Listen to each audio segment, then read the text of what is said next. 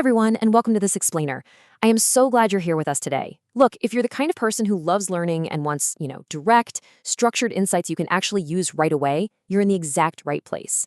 Today, we're tackling something huge. It's a core concept that literally impacts every single aspect of our lives, mastering your emotional reactions. We're going to break down both the science and the strategy of taking charge of your mind, because the goal here is to make your emotions work for you instead of against you. Now, think about this for a second. Have you ever let a completely minor inconvenience just absolutely ruin your entire day? We've all been there, right? Your phone is just blowing up with notifications, or someone makes that one highly specific comment that just pushes all your buttons, or, oh, maybe you spill coffee all over your laptop and suddenly, boom, you explode. Or on the flip side, maybe you do the opposite and just completely shut down. It's absolute chaos. It's so relatable, but man, it really leaves us feeling totally out of control. For the longest time, I honestly thought that controlling your emotions meant you had to turn into this cold, unfeeling robot. But guess what? That doesn't work. Not even a little bit. Trying to suppress your emotions is exactly like trying to hold a giant beach ball underwater. You might be able to force it down for a minute or two using all your strength, but eventually your arms get tired, that ball slips, and bam, it pops right up and smacks you in the face. So today, we're not talking about erasing your feelings. We're talking about real, true emotional management. Okay, let's dive into this toolkit. We're going to cover the emotional hijack, the 90-second chemical wave, name it to tame it, the zoom out technique, and finally, choose your response. All right, step one, the 90-second chemical wave. Let's look at the actual science behind an emotional reaction. So, Harvard neuroanatomist Dr. Jill Bolt Thaler discovered something wild about how our brains work. When you experience a really intense emotional reaction, like sudden, flashing anger, intense panic, or deep shame, there's an actual physical, chemical flush that cascades through your entire body. And the craziest part?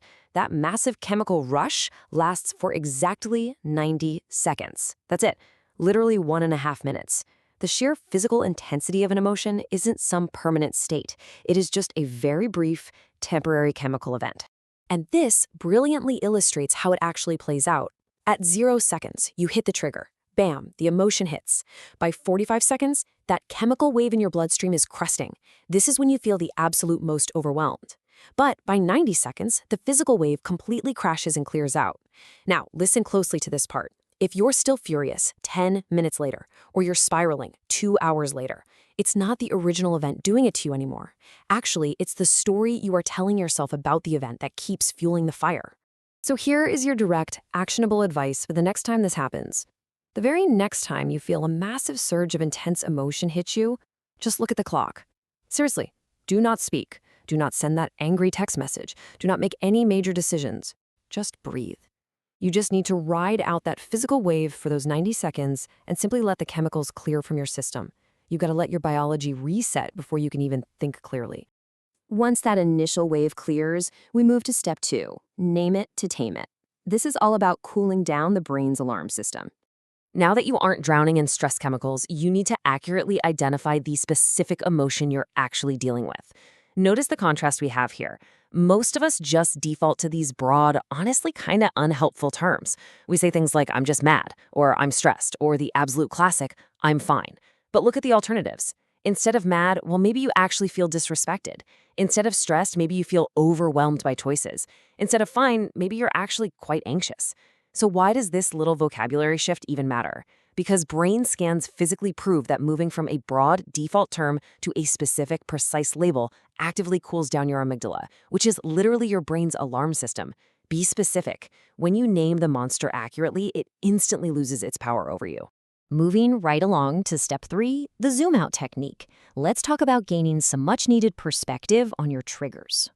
You see, when we're highly emotional, we naturally develop this severe tunnel vision. The problem directly in front of us feels entirely all-consuming, right? It honestly feels like the end of the world. To break that illusion, I want you to run your trigger through 3 specific time frames. Just ask yourself, will this matter in 5 days? Honestly, maybe. Will this matter in 5 months? Usually, not at all. Will this matter in 5 years? Almost certainly not. Most things that trigger a massive emotional explosion today won't even be a tiny footnote in your life 5 months from now. The core lesson here is absolutely crucial. We have got to stop giving temporary situations permanent real estate in our minds. And that brings us to our final step, step 4, choose your response. This is all about mastering the space between stimulus and action. There's this incredibly profound quote, often attributed to the psychiatrist and philosopher Viktor Frankl, that grounds this entire concept just perfectly. It goes like this: between stimulus and response, there is a space. In that space is our power to choose our response. I really want you to let that sink in for a second. That microscopic space, those precious few seconds where you pause instead of just reacting blindly, that right there is exactly where true emotional mastery lives. Let's contrast what this actually looks like in practice. Immature emotional control is basically a straight, unbreakable line. A trigger leads directly to an immediate reaction. There's zero filter. But masterful emotional control, it adds a vital speed bump. It goes trigger, then a pause, and then a conscious decision. You see, you can't always control how you feel when a trigger hits. I mean, that's just biology. But you are 100% responsible for how you choose to act afterwards. So the crucial point here is, how do you use that pause effectively? Well, you use it to ask yourself this exact question: what is the most constructive thing I can do right now? You aren't asking what feels good in the moment or what's going to win the argument. You are asking what is constructive. And sometimes the most incredibly constructive answer you can come up with is simply walking away. Or maybe looking at the person and just saying, hey, I need a moment to think about this before I reply. As we wrap up this explainer, I want to leave you with a little bit of grace. Emotional control is a muscle.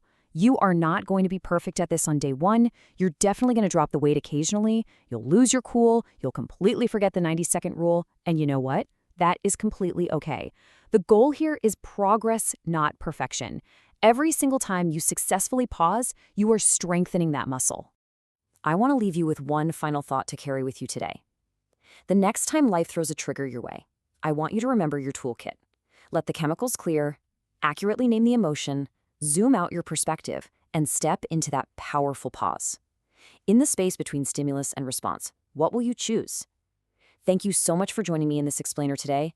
Keep practicing that pause, and I'll see you next time.